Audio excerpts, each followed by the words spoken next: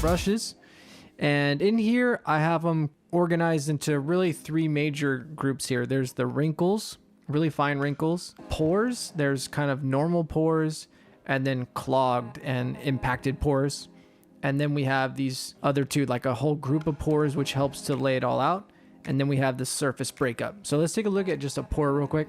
So this is the standard pore, and you can see you just draw it on out. Depending on how much resolution you have, it'll be really crispy. These are pretty high resolution.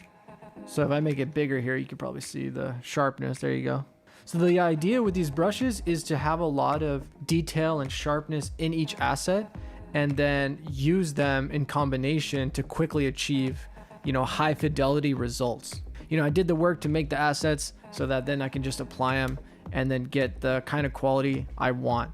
So each of these brushes are handmade to give it that just kind of hyper real look and the kind of aesthetic that I like. Not necessarily 100% photoreal, but just a little more artistically curated.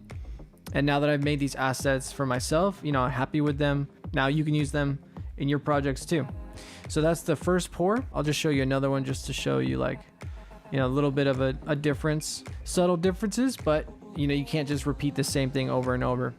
So that brings me to the Pore Group, and then we'll go take a look at some other stuff. So the Pore Group, I'll draw it real big so you can see. I, you know, used my pores to create this so that you can lay down big sections at once. And then you can just make sure that they get close enough, and then you can always just sculpt pore by pore, you know, in the gaps. So this is what I do to cover big areas and avoid going like pore by pore the whole way. You know, there's plenty of areas where you can just do this, but already you can see how the light's breaking up. We're not only getting pores, we're getting the little wrinkles in between the pores. We'll take a look at FineWrinkles brush.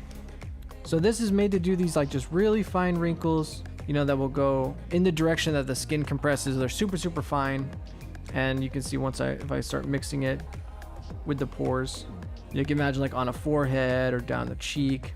You can also do more weathered sections and leather and stuff. You know, if you started just letting it go and intersect with itself, you could do like kind of an X pattern. If you came down one way and then came down the other way, you could even smooth it to break it up. Again, this is more like leather or elephant skin or something. Then come back over it. So you can create a really beat up surface, you know, rather quickly.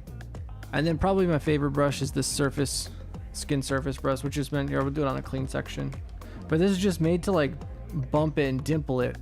You could even lower the intensity, or you'll see right now, but this already looks organic, you know? So when you start mixing this with the pores, now you're layering variation. So just by doing these three layers, the pores, then the fine wrinkles, and then the surface, then we're getting anything but like a tile. So now it's all unique detail. Now we're getting something that's really organic looking, and just by doing this combination of brushes. So this is the workflow, is just layering up these brushes, letting them interact with each other and creating those complex interactions and getting, like, you know, high fidelity in a short amount of time. So let's take a look at it on a face. Okay, so now we can load some of those textures into our surface noise. So if we come over here, we can go to the alpha, we can load up one of our detail textures, and then we'll really do the strength. Boom, there you go, right? So now there it is. Then we'll change the scale. We can apply it to the mesh. All right, there we go. Maybe we want to do it again, so we can just hit noise and then apply to mesh again. All right, so now we've got this in the geometry. See all these little details. And then with the morph brush, we can switch it. So now, boom, now we don't have anything. I'm gonna turn off symmetry since it's not working on that side anyways. And then I can morph it back in, and now, you know, pretty quickly I can start getting a base of my pores, so I don't have to do it all one by one. But then to come in and for the like focal points, you know, on the nose, around the eye and the lips, you would do it one by one. And we'll put in some fine wrinkles from like where the eye bends. Then we can come in here and use the fine line wrinkle brush to actually like put in some wrinkles. All right, then we can break up the surface. Break up the surface more on the cheek for sure. Now if I can zoom in, look how sharp everything is. So I'm really in the micro details now. This way I just know the surface is never even. Even here I can just come around, just do these little circles and then break up the light.